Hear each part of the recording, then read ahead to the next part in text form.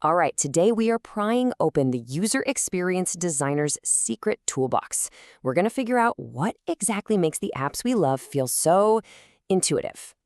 We'll do it by looking at the core principles that pretty much shape our entire digital world. Have you ever noticed that? You download a new app, and it just clicks. It feels like it was made just for you, like it knows what you want to do next, almost magically. And then, of course, there are the other apps. You know the ones that make you want to just toss your phone out the window. The layouts are confusing, the buttons make zero sense, you just feel totally lost. So what's the big difference here? Well, the answer is something called UX heuristics. Now, think of them as a set of golden rules, or maybe guiding principles. They're like the invisible architecture that separates a really brilliant design from a broken one. It's the reason some products just feel right. So you ready? Let's crack open this design toolbox and explore the 10 essential tools inside. We'll kick things off with the first 5, which are all about building a really solid, trustworthy foundation for the user. Okay, tool number 1 is all about keeping the user in the loop. You know, uncertainty creates anxiety. That endless loading spinner right after you paid for something? Yeah, that's a classic example of bad visibility. A good system, on the other hand, tells you, hey, we got your order, and it'll be there by Tuesday. It just gives you peace of mind.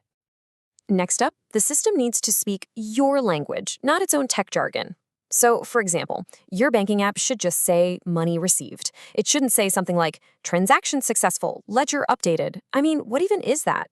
Using familiar words makes the user feel smart and in control, not confused.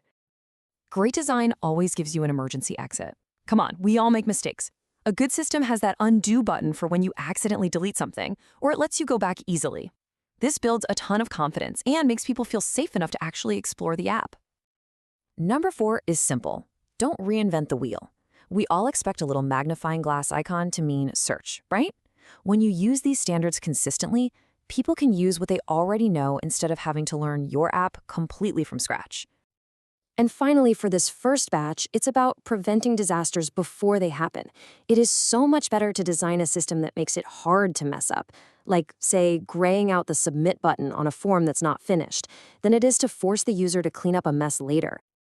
Okay, let's grab the next 5 tools from our kit. These are all about making things efficient, elegant, and easy to recover from. This next one is huge for reducing mental strain. See, our brains are way better at recognizing things we've seen before than recalling them from memory.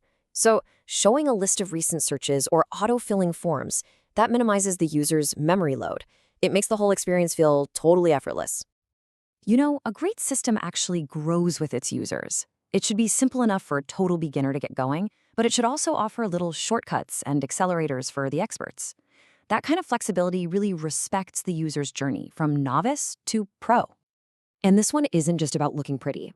Every single thing on a screen is competing for your attention.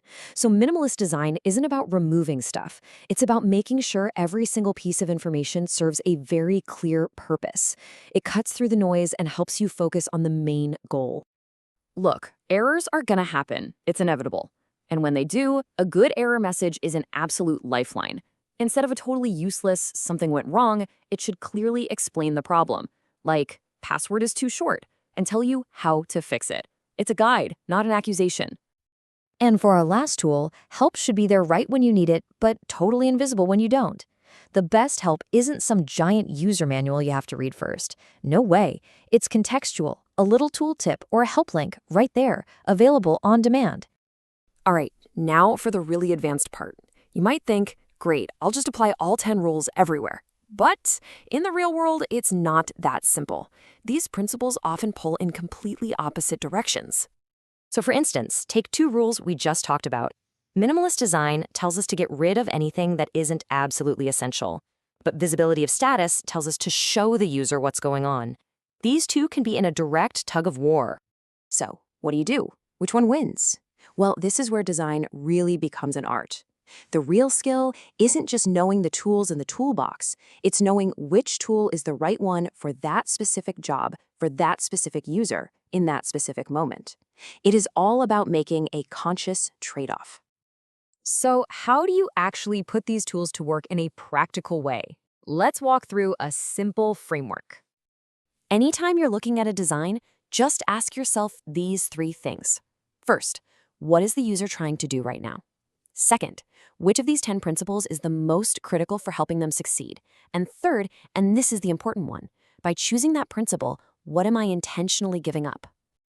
Using this framework totally changes how you talk about design. It takes you from a kind of weak explanation like, oh, I just followed the rules, to a really strong one.